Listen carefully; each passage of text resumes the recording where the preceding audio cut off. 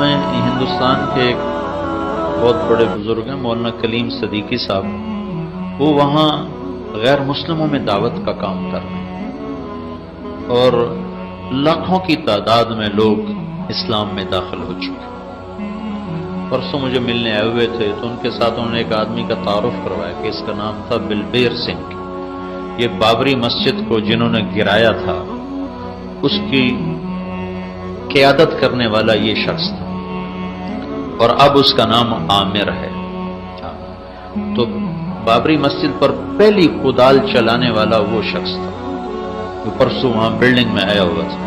اب اس کی ماشاءاللہ اتنی بڑی داڑھی تھی، اتنا بڑا اس کا محراب تھا، تو پہلی کدال اس نے چلائی۔ لیکن وہ اللہ کا نظام ایسا چلا کہ وہ اس دعوت کی محنت میں آیا لپیٹ میں، اور اللہ نے اس کو کلمہ نصیب فرما دیا۔ تو اس نے یہ منت مانی تھی کہ میں 100 مسجدیں جو ویران ہیں میں وہ آباد کرواؤں گا جو ہندوؤں کے قبضے میں ہیں، سکھوں کے قبضے میں ہیں۔ تو اس نے بتایا کہ میں 77 مسجدیں آباد کروا چکا ہوں، 37 باقی، 27 باقی، 77 مسجدیں آباد کروا چکا ہوں۔ مسلم حضرات ہیں نا، غیر مسلم جو اسلام چاہتے ہیں، کئی دفعہ کوئی بہت سے آئے ہیں ایسے لوگ جو اسلام قبول کرنا چاہتے ہیں، ان کو بڑی مشکلات ہوتی ہیں۔ حضرت مولانا کلیم صدیقی صاحب جو مولانا ابو الحسن علی ندوی رحمہ اللہ تعالیٰ کے شاگردوں، اور شاید خلافت بھی ملی ہے ان سے، بہت بڑے بزرگ ہیں ہندوستان میں۔ ابھی ان سے میری فون پہ 2-3 دفعہ بات چیت بھی ہوئی ہے، اور میں تو بہت چھوٹا ہوں ان کے مقابلے میں، یعنی میں نے ان سے بات چیت کی ہے 2-4 مرتبہ، ان کے حالات ان سے بھی پوچھے۔ ان کے کچھ شاگرد بھی آئے تھے کل ملنے کے لیے۔ ان کے ہاتھ پہ 5 لاکھ سے زیادہ غیر مسلم مسلمان ہو چکے ہیں۔ 5 لاکھ سے روزانہ 13-14 لوگ کلمہ پڑھتے ہیں، صحیح ہے نا، بہت کام کر رہے ہیں۔ اور چھپے رستم جسے کہتے ہیں نا، کوئی میڈیا پہ کوریج نہیں ہے، کوئی ایسا کوئی خاص نہیں ہے، 20 سال سے وہ یہی کام کر رہے ہیں۔ تو کوئی غیر مسلم اگر مسلمان ہونا چاہتا ہے، اسے اس قسم کی کوئی سپورٹ چاہیے، تو اس کا بھی انہوں نے پورا ایک انتظام کیا ہوا ہے۔ تو ہمیں بتائے، ہم سے ملنے کے لیے آئے، ہم اس کا پہلے لیبارٹری ٹیسٹ کریں گے ہوا بھی ہے کہ نہیں ہوا، کیونکہ بہت سے لوگ چندے کے چکر میں بھی اسلام قبول کرنے آ جاتے ہیں۔ تو چندے وندے کا کوئی سیٹ اپ نہیں ہے، اسلام جو بھی قبول کرے گا اپنی ذمہ داری پہ، اسے قانونی تحفظ دینے کے لیے وہ ہم سے رابطہ، بولو بھائی کہ بھائی گھر سے مار پڑ رہی ہے تو کوئی لیگلی ہم اس کو ایڈوائز کر سکتے ہیں کہ قانونی طور پر آپ کے لیے یہ حق ہے جس سے آپ انشاءاللہ کیا ہو جائیں گے، بولو بھائی، محفوظ ہو جائیں گے۔ مختلف جماعتیں، مختلف ادارے یہ کام سر انجام دے رہے ہیں۔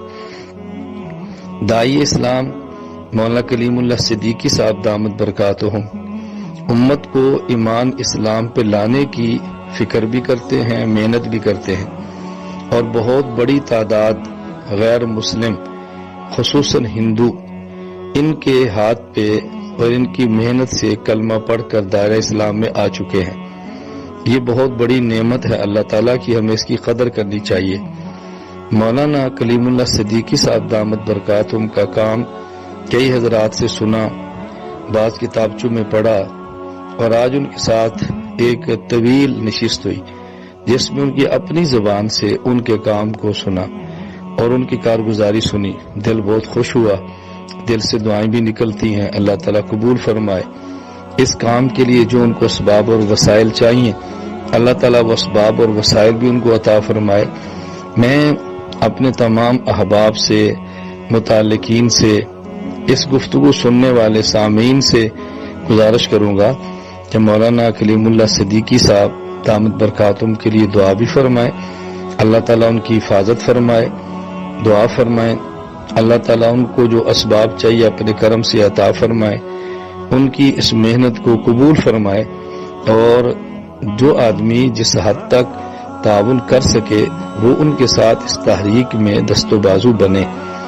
اور یہ ہمارے ذمے ہے کہ جو بندہ، جو ادارہ، جو جماعت دین کا کام صحیح نہج پہ کرے، اس کے لیے دعا بھی کرنی چاہیے، اس کے ساتھ تعاون بھی کرنا چاہیے، اپنی ہمدردیاں بھی ان کے ساتھ رکھنی چاہیے۔ تو داعی اسلام مولانا کلیم اللہ صدیقی صاحب دامت برکاتہم سے ملاقات کر کے ان کی کارگزاری سن کے بہت دل خوش ہوا۔